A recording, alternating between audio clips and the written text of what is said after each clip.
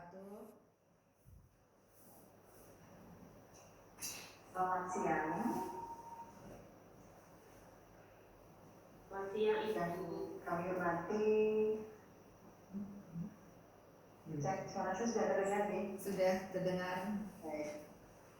Selamat siang yang kami hormati para tamu undangan, para narasumber, rekan-rekan pengurus PT PAVI Kota Semarang, serta tidak lupa rekan-rekan sejawat para peserta webinar pada siang hari ini. Pada sesi ini kita akan sama-sama saling mendengarkan sharing dari narasumber kita yang pada siang ini akan membawakan materi dengan tema bagaimana hidup sehat meskipun diabetes. Oke, saya sapa dulu narasumber kita pada siang hari ini. Selamat siang Dr. Diana. Ya, selamat siang Ibu Rahma dan peserta webinar semuanya. Baik. Baik.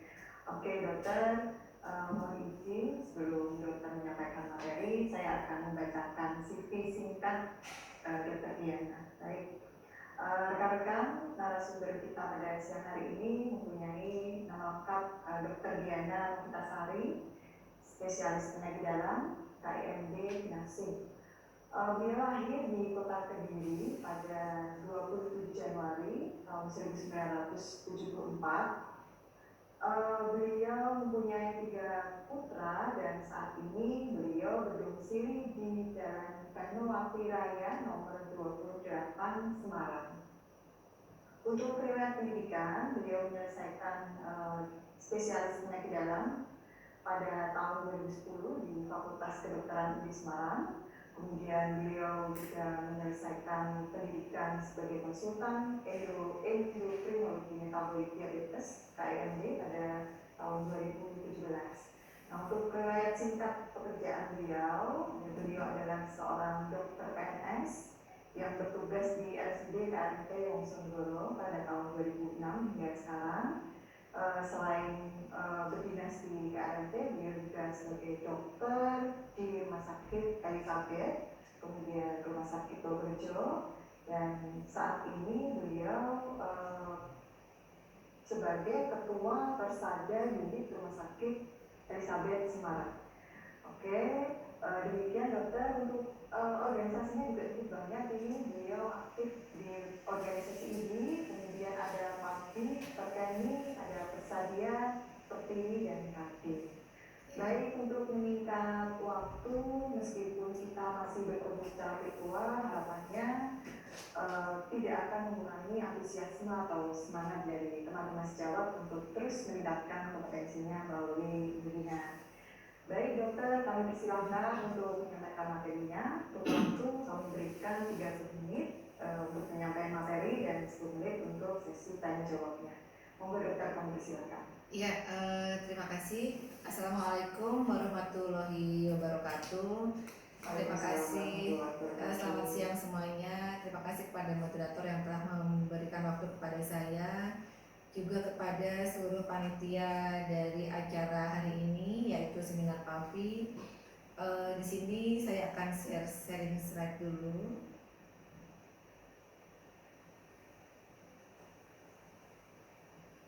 Apakah slide-nya sudah bisa dilihat?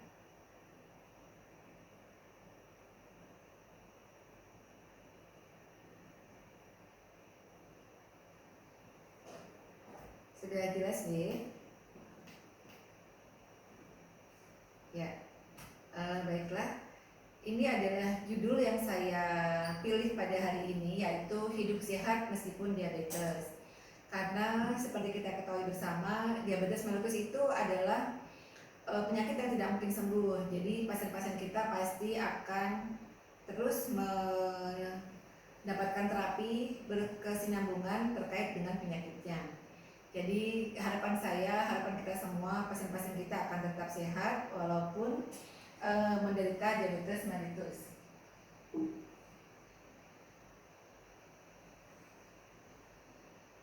Ya, ini adalah kurikulum vitae saya yang tadi sudah dibacakan. Terima kasih Ibu sudah membacakan kurikulum vitae saya, mungkin saya sudah sering ya berkomunikasi dengan teman-teman ahli farmasi di Rumah Sakit Kota Semarang ini. Kebetulan sering juga dari Sarika, dari Apotek Sukun, Apotek Karisma, Sehat, itu kita sering berkoordinasi tentang resep-resep saya. Mungkin terima kasih, dan bila ada hal-hal yang ingin ditanyakan silakan nanti bisa kontak melalui WhatsApp ataupun DM di Instagram saya, silakan catat, siapa tahu nanti bermanfaat untuk silaturahmi ke depannya. Ya, ini adalah pertanyaan yang sering muncul pada pasien-pasien diabetes kita. Jadi kalau untuk diabetes mellitus tipe 2 itu istilahnya adalah DM.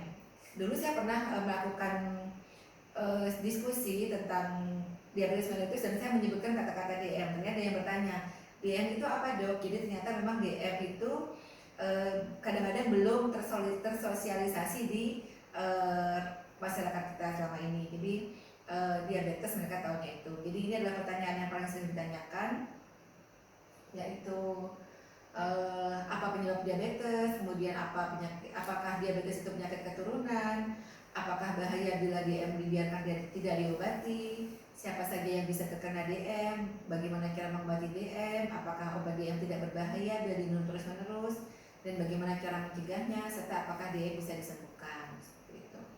Nah, selanjutnya kita mengacu pada definisi dari diabetes mellitus. Di sini yang saya sampaikan adalah diabetes mellitus tipe 2. Jadi diabetes mellitus itu adalah sekelompok penyakit metabolik yang ditandai oleh hiperglikemi yang terjadi karena kelainan sekresi insulin, itu yang pertama, atau karena kelainan kerja insulin, atau karena kelainan sekresi insulin dan kelainan kerja insulin. Seperti itu. Jadi sebenarnya insulin itu diproduksi tetapi tidak memberikan kualitas insulin yang baik.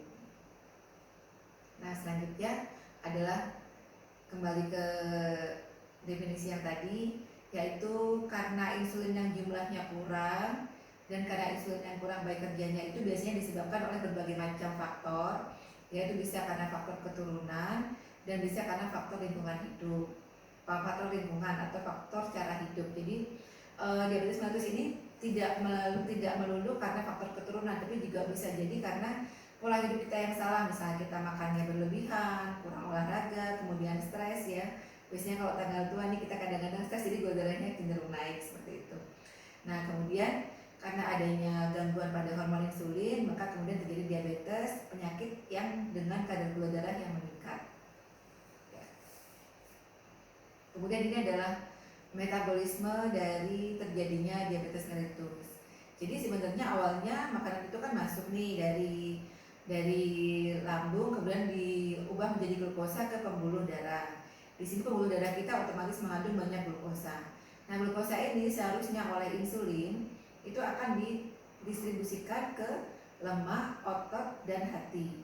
Tetapi ternyata pada prakteknya insulin itu atau kita anggap sebagai angkot atau mungkin bis itu tidak mengangkut penumpangnya. Jadi gula yang ada di dalam pembuluh darah ini tidak diangkut oleh truk atau bis ini ke organ-organ yang penting, misalnya hati, otot, dan jantung, sehingga kemudian mengakibatkan terjadinya kadar gula darah yang tetap tinggi di pembuluh darah. Nah, karena kadar gula darahnya ini tinggi, maka kemudian akan menyebabkan terjadinya kerusakan-kerusakan di organ-organ yang lain seperti lemak, otot, dan hati. Nah, ini adalah apa penyebab diabetes mellitus. Jadi penyebab diabetes mellitus itu melibatkan berbagai macam organ.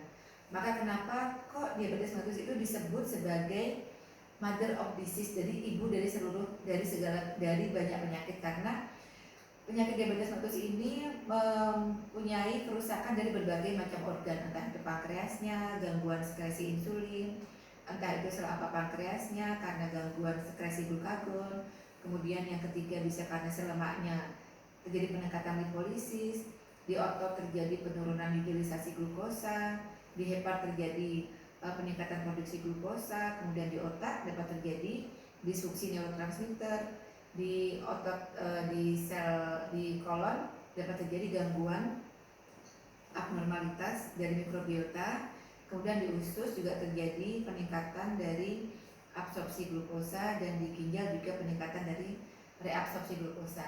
Nah, kelainan-kelainan dan kemudian di lambung juga terjadi percepatan pengosongan lambung, dan di sistem imun terjadi disregulasi atau inflamasi. Nah, ini banyak sekali organ yang terganggu sehingga kemudian terjadi hiperglikemia. Nah, dari situ ini adalah tentang negara Indonesia. Ternyata negara Indonesia ini merupakan peringkat ke-7 untuk 10 besar dari negara-negara dengan jumlah penderita diabetes terbanyak. Nah, makanya ini saya titipkan kepada Bapak Ibu ahli farmasi peserta PAVI hari ini. Seminar PAVI hari ini, panjenengan dan saya juga sebagai frontliner untuk untuk edukasi diabetes mellitus di masyarakat, maka kita harus lebih aware untuk melakukan edukasi dan memberikan terapi yang tepat atau edukasi terapi yang tepat kepada pasien-pasien yang datang ke kita, ke apotik maupun ke praktek saya, sehingga diharapkan ke depannya di Indonesia ini angka rankingnya sudah tidak 7 lagi peringkatnya, tetapi sudah bisa lebih baik. Jadi yang pertama itu adalah Cina, yang kedua India, yang ketiga USA, yang keempat Pakistan, yang kelima Brasil, dan yang keenam adalah Meksiko, serta yang ketujuh adalah Indonesia. Jadi ternyata bukan hanya 7 keajaiban dunia saja, tapi juga diabetes kita masuk ke peringkat ke-7 dari jumlah terbesar pasien-pasien diabetes mellitus. Nah, ini adalah PR yang menjadi tugas kita bersama.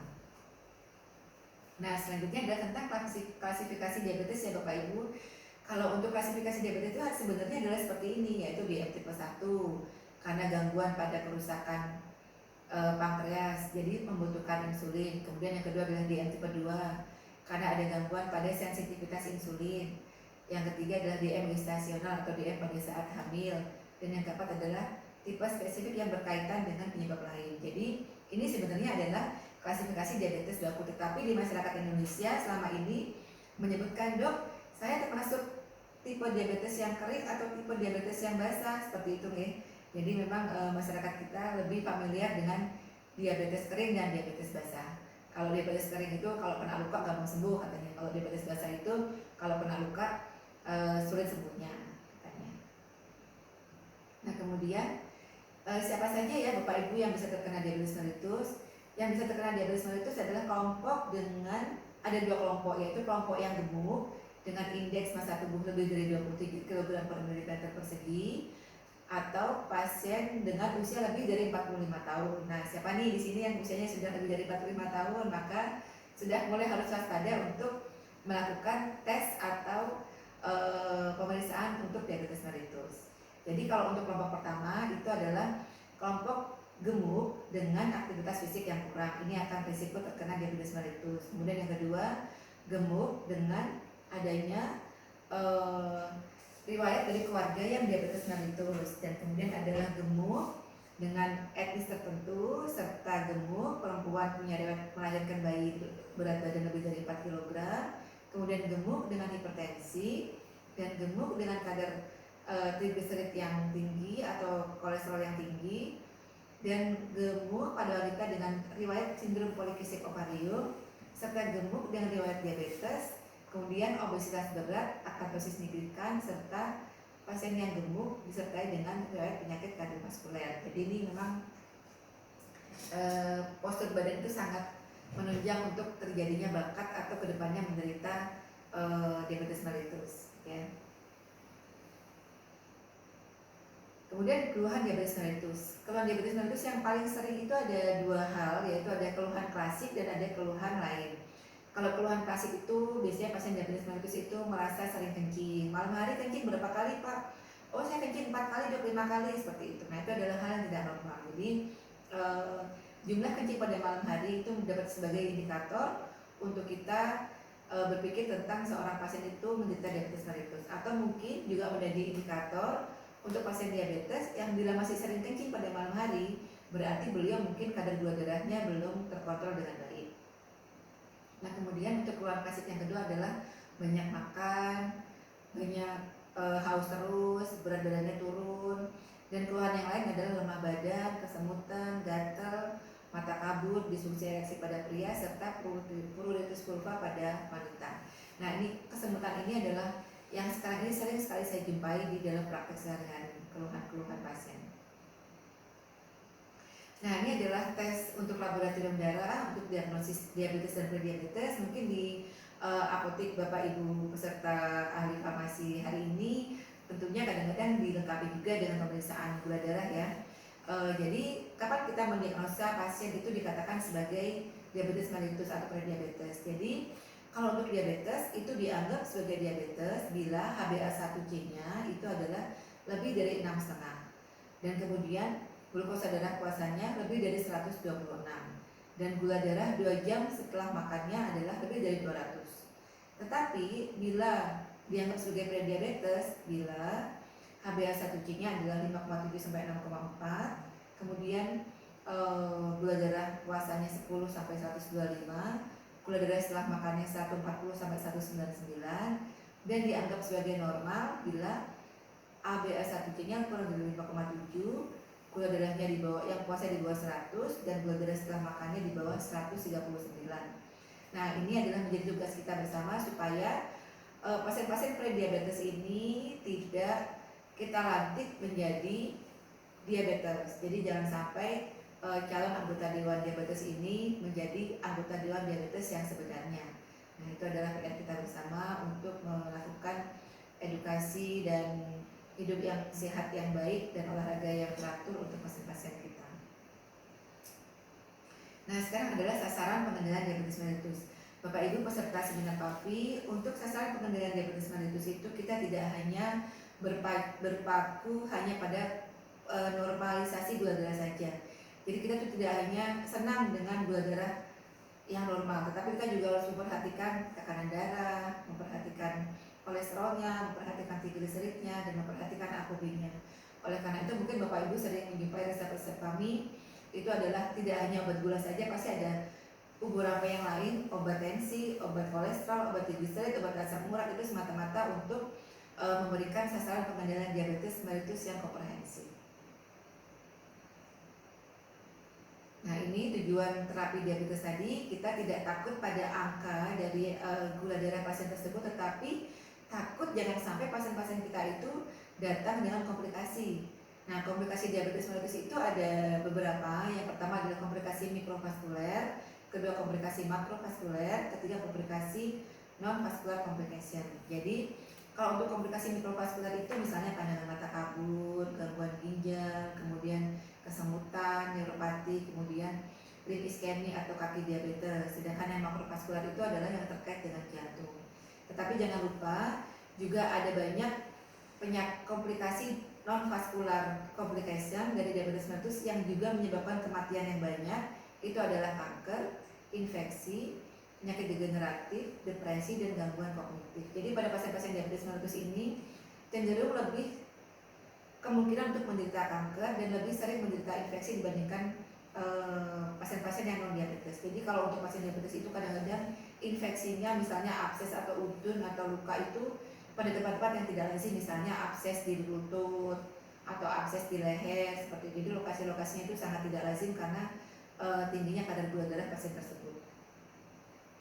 Nah, ini adalah pengobatan diabetes tadi, bahwa tujuan dari pengobatan diabetes itu adalah tujuan jangka panjang dan jangka pendek. Di pada jangka panjangnya adalah mencegah komplikasi yang tadi, jangka pendeknya menghilangkan gejala, jadi pasiennya merasa nyaman, merasa normal, aktivitas fisiknya juga baik, kualitas hidupnya baik, dan ini dapat kita capai dengan cara menormalkan kadar gula darah, menormalkan tekanan darah, dan menormalkan lemak darah.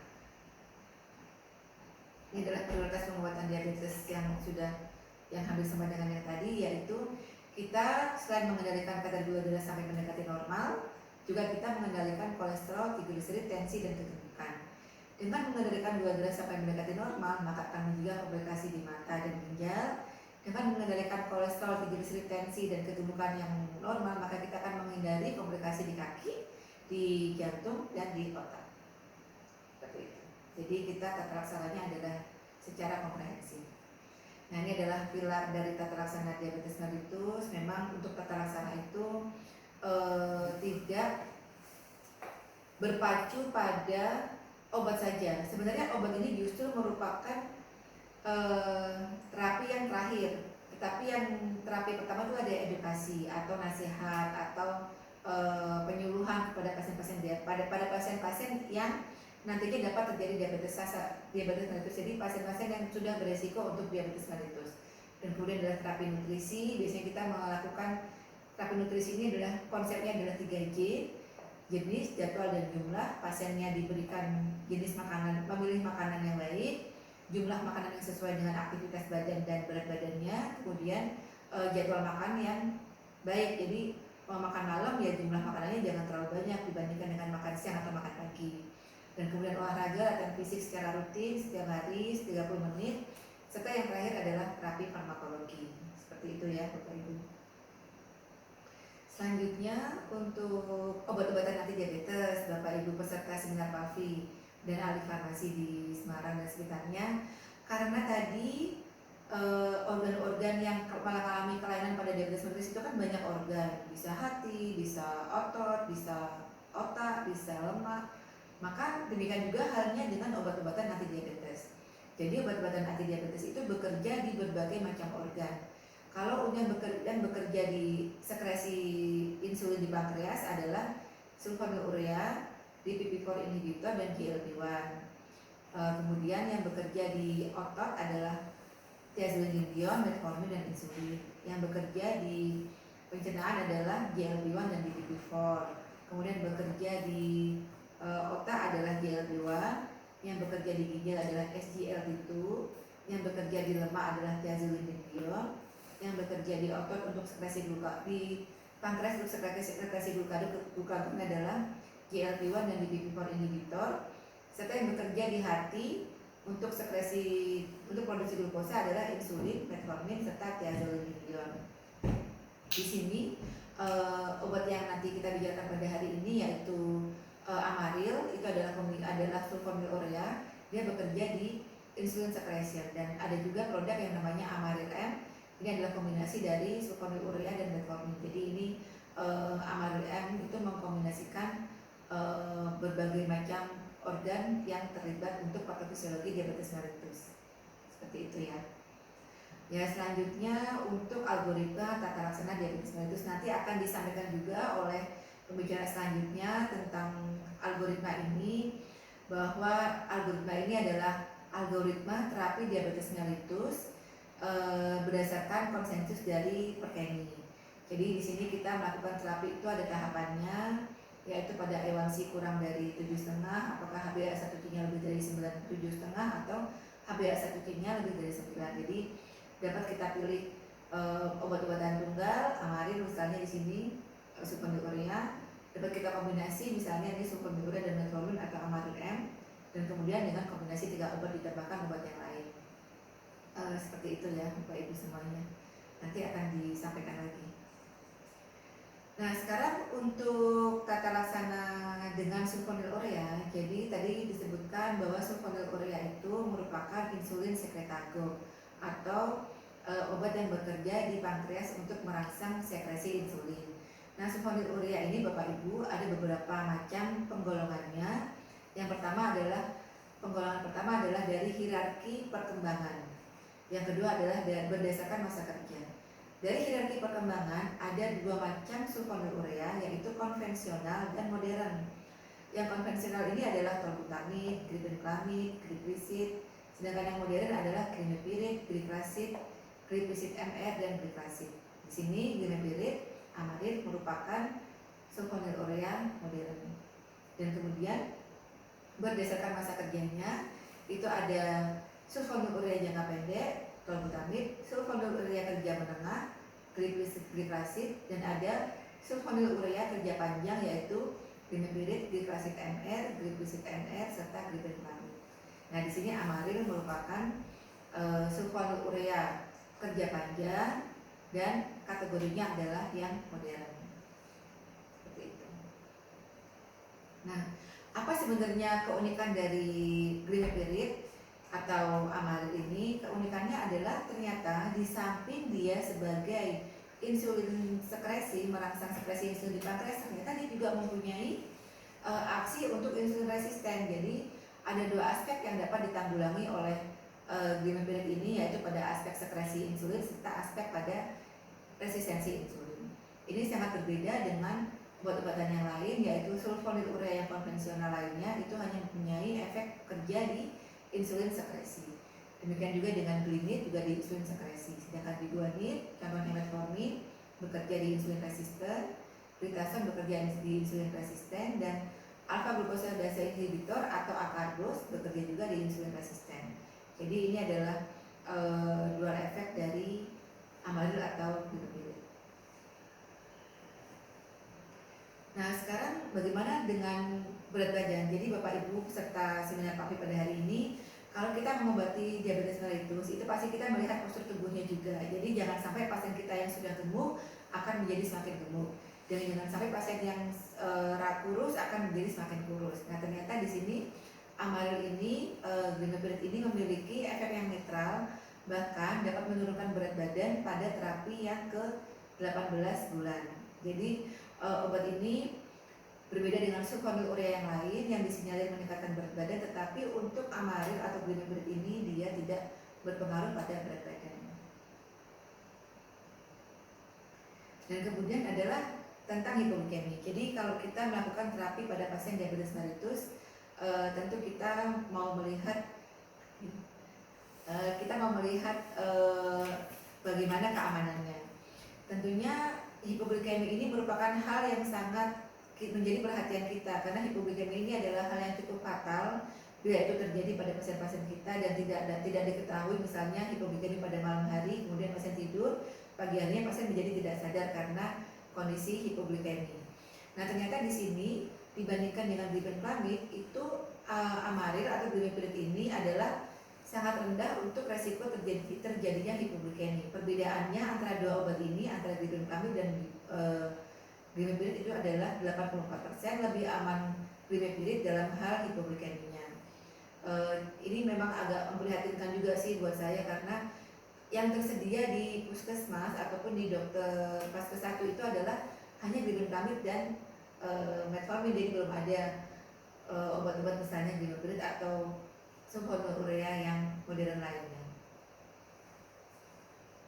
Dan kemudian slide selanjutnya adalah tentang ibadah puasa. Jadi ini kan terkait dengan kita akan memasuki bulan Ramadan, maka di sini untuk glimepirid itu sudah mempunyai studi yang dinamakan sebagai GLIRA study. Itu dia melihat bagaimana sih efek hipoglikemi untuk glimepirid ini sebelum Ramadan, selama Ramadan, dan setelah Ramadan. Dari sini tampak bahwa angkanya adalah rendah. Jadi di sini dapat disimpulkan bahwa glimepirid itu tidak meningkatkan kejadian hipoglikemi pada pasien-pasien yang berpuasa selama bulan Ramadan. Jadi cukup aman untuk dapat direkomendasikan selama bulan Ramadan.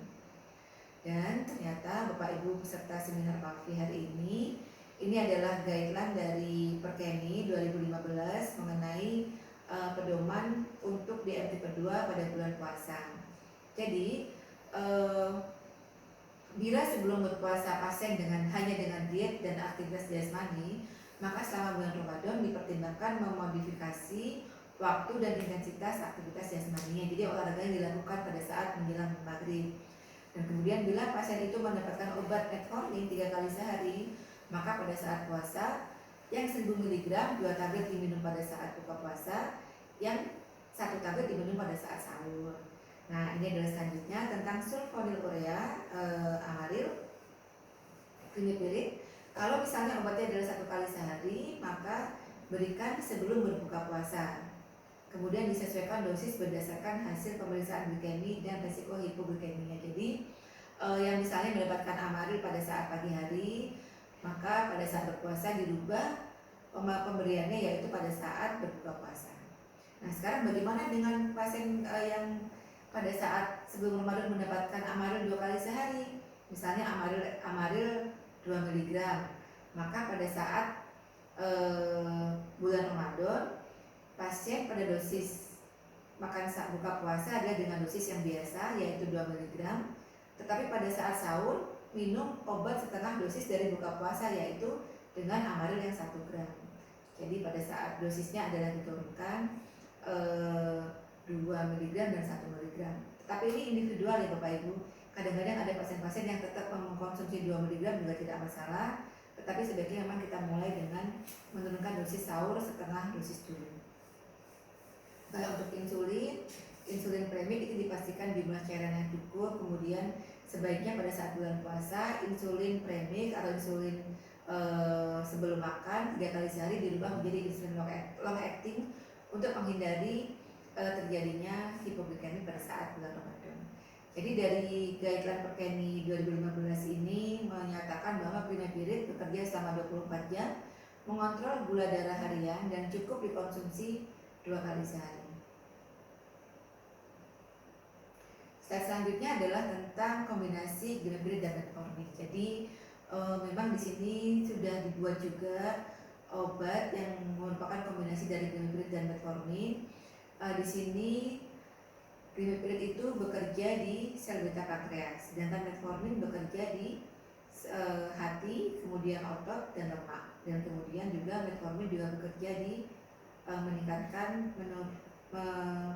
menormalkan hepatic glucose overproduction. Jadi dengan kombinasi dua obat, mekanisme sinergis membantu dalam mengatasi berbagai etiologi hiperglikemi, karena dengan satu obat saja sudah ada 4 organ yang akan terlindungi, yaitu pankreas. Ada 4 organ yang dapat diatasi kelainannya, yaitu pankreas, hati, otot, dan lemak. Jadi ini adalah yang disebut sebagai Amaril M. Ada 2 sediaan ya, Amaril M 2/500 dan Amaril M 1/250.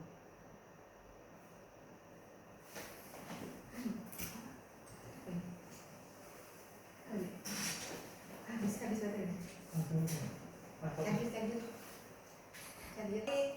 Jadi ada gangguan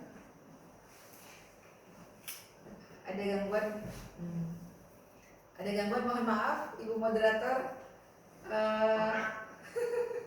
sudah tinggal sedikit lagi tapi slide-nya saya lanjutkan atau gimana Bu? Atau saya bacakan dulu pertanyaan selanjutnya Dok, nanti ini baru dijawab di akhir. Oke, boleh silakan. Oke. Ini sih saya ulang untuk pertanyaan yang pertama Dok. Iya tadi soalnya mati ya, silakan. Oke, siap. Pertanyaannya dari Elizabeth, RSUD Turangilo Dok. Izin bertanya Dokter, bagaimana cara mengatur pola makan bagi pasien anak yang menderita diabetes? Untuk pertanyaan yang pertama. Kemudian pertanyaan selanjutnya ini dari Anita Ragil Atmaja dari Puskesmas Keling 1 Semarang.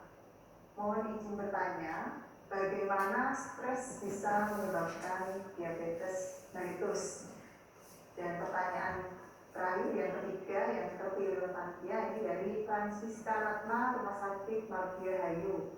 Saya mau bertanya Dok, suami saya punya pasien vulgar. Pasien ini punya penyakit DM, tetapi ada luka di bawah lutut sampai telapak kaki.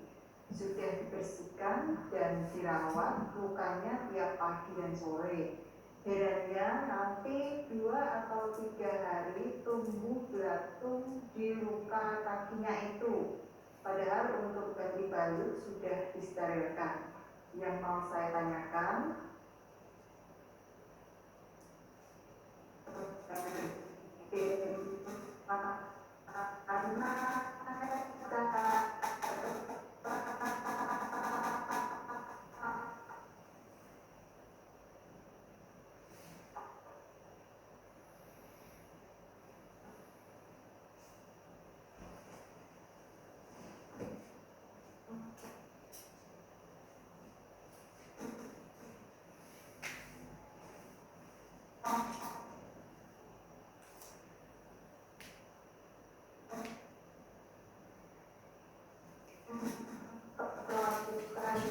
yang seperti ini dan obat bisa dikonfirmasi.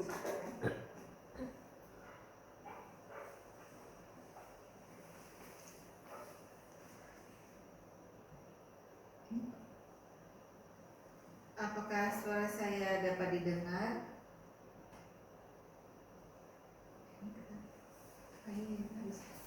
Kita tunggu.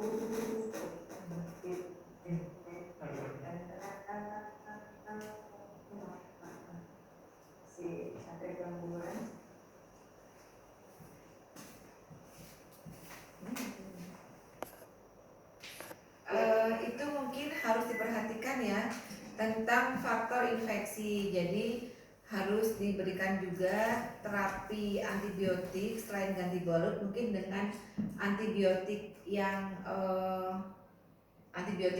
minum. Jadi bukan hanya antibiotik topikal saja yang diberikan, tetapi juga antibiotik yang minum juga untuk pasien tersebut supaya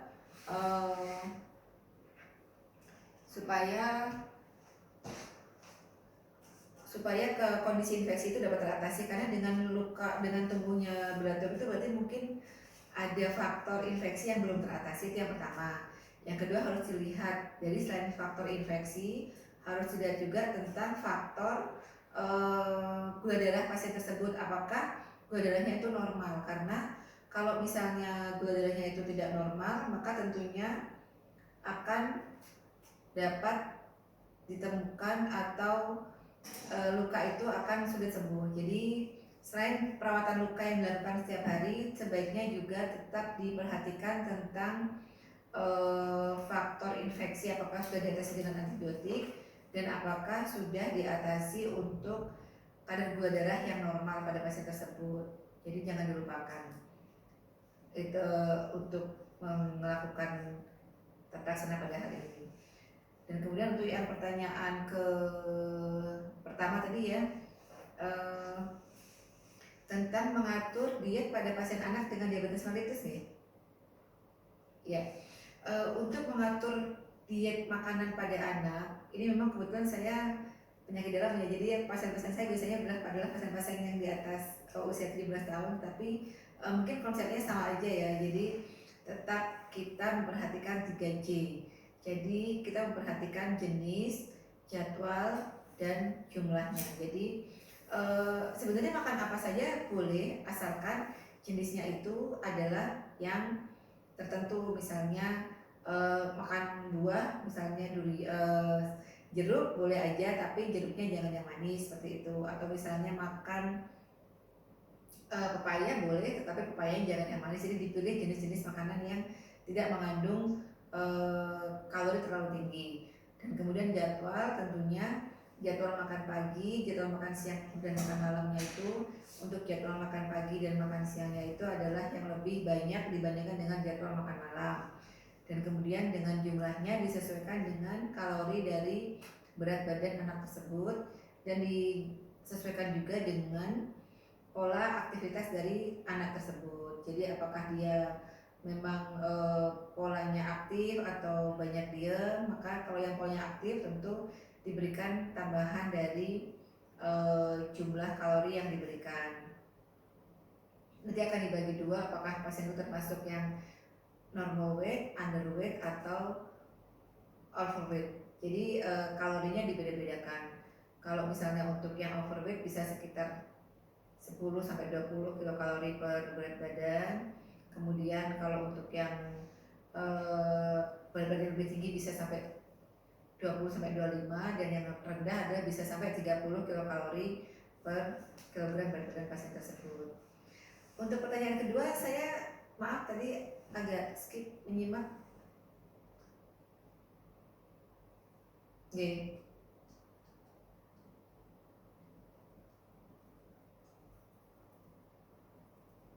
Ya, stres. Sebenarnya begini, kalau untuk stres sebagai penyebab diabetes mellitus itu tidak serta-merta hanya dengan stres saja kemudian orang menjadi diabetes mellitus. Tetapi bila pasien itu sudah ada faktor risiko yang sebelumnya, misalnya apakah berat badannya gemuk, atau mungkin pasien itu ada keturunan diabetes sebelumnya dari keluarganya, maka stres yang berkepanjangan dalam jangka waktu panjang memang akan menyebabkan terjadinya diabetes mellitus.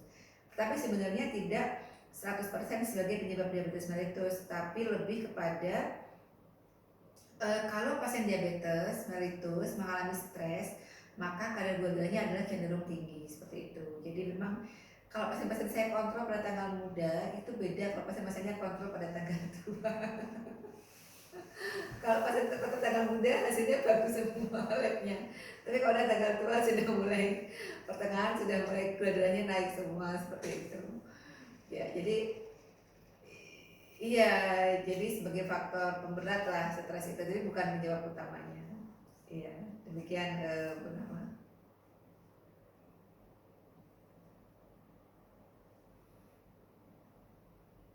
Iya.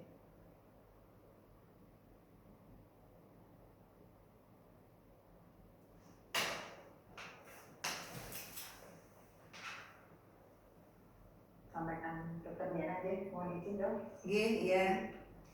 Diabetes mellitus ini adalah satu penyakit kronis di mana membutuhkan perawatan medis berkelanjutan apabila para pasien atau penderita ini sudah menemukan beberapa gangguan-gangguan tadi yang sudah disampaikan dokter Diana, misalnya sering buang air kecil pada malam hari, kemudian sering timbul rasa lapar sehingga ada keinginan untuk terus makan tetapi justru berat badan mengalami penurunan ya dok ya.